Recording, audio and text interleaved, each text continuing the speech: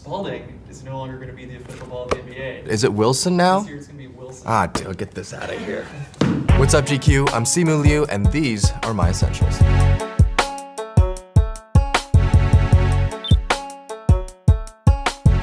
Hey, when we rap, it's all fair game. All right, first, we gotta talk about Asian snacks. So many Asian kids, like myself, when we brought these snacks to school, we used to get made fun of, right? Because the kids wouldn't know what they were. So now, we're here to demystify them. Let's start with Pockies. These are sweet, they're delicious, they're crunchy.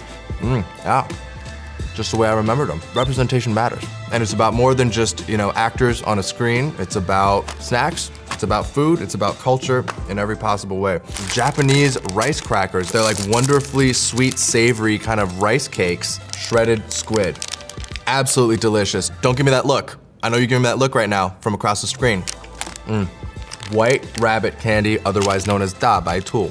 Delicious, iconic lemon tea drink from Vita, lunchbox staple. And my personal favorite, shrimp crackers. Shrimp crackers is actually exactly what I was eating when I got the call that I was gonna play Shang-Chi. I had just woken up from a nap. It was about 6:30 in the evening. I was eating some shrimp crackers at my desk.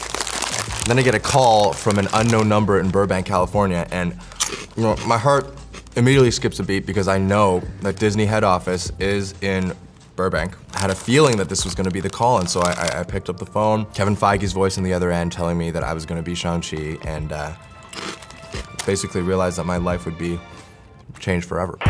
So this isn't your average pair of scuffed up, worn in Jordans, all right? These are movie-worn Jordan Accesses. I'm pretty sure there is a Marvel PA out there still trying to track these down, but guess what? On my last day of shooting, I did manage to swipe them.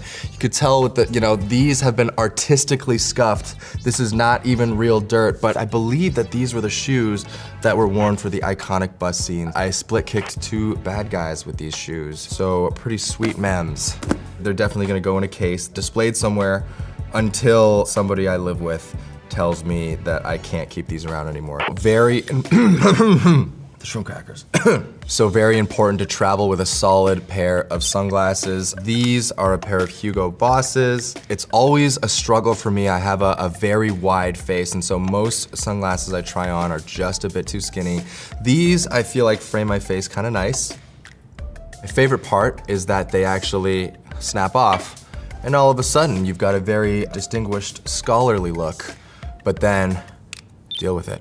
It seems like the more money I spend on sunglasses, the faster I lose them. There's this one pair of $12 sunglasses I bought at the Santa Monica Pier 8 years ago, and that one seems to be the only one that never gets lost. It happens more often than I'd like to admit. I'm hoping these ones make it more than the 6 to 8 month mark. This is bubble tea, AKA boba, AKA Zhenju Nai Cha. It is the iconic drink of Asian America, just like Shang-Chi and The Legend of the Ten Rings will be the iconic movie of Asian America. These are all 50% sweet. Still doesn't change the fact that they're a lot. You've got things that are a little bit more milky. So this is a jasmine milk tea right here. You have things that are a little bit more fruity. This is a strawberry green tea with lychee jelly. And you got some, new flavors as well. This is a milk foam winter melon drink. I like a good grip with the straw. I don't like them to be too small, otherwise you can suck up a bunch at once. I really like the one boba at a time kind of situation. You just gotta make sure that you cover the top and then you go in nice and firm. Just 1, 2, 3, pop, break the seal, stir it around a little bit, and go in and enjoy. That is good boba.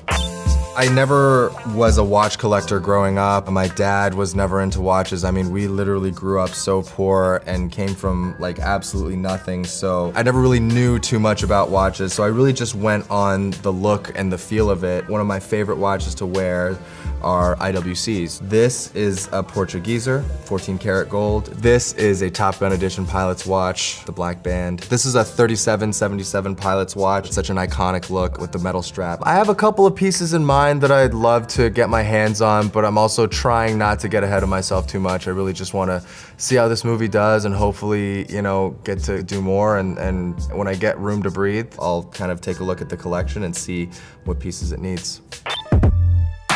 This is basketball.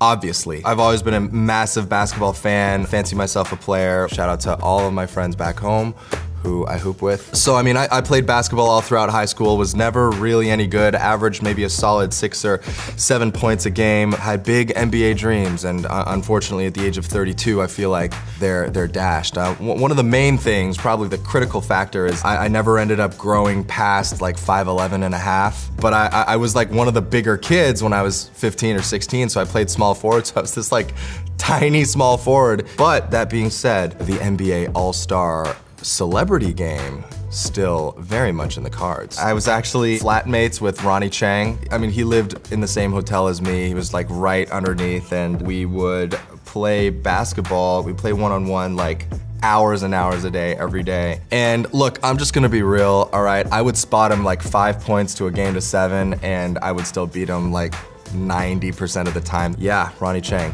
Sorry, buddy. Sorry to put you on blast like that, but come on. Love Xbox. This is an Xbox Series X Black Elite controller. Perfect for any sort of Call of Duty, Halo. I mean, I love all of that. I love playing 2K, so this is an absolute travel must for me. It looks like the Lamborghini of video game controllers. Like the first Halo came out right when I was like around 14 years old, and we literally played it all the time. Like me and my 3 friends would play. I still remember so clearly, hang 'em high, pistols only. 3 headshots in a row with a pistol could kill you. And we got so good at it, we just kept doing it. Theragun is really important for me, whether I'm playing sports or just sitting for really long periods of time. My wonderful publicist got me these 2 for the start of our press tour. I've been pretty hooked ever since. It's just really important to keep the muscles loose. It's really nice when you don't have time to go to the spa, even though I feel like everybody should make time to go to the spa. You just gotta treat yourself, you know?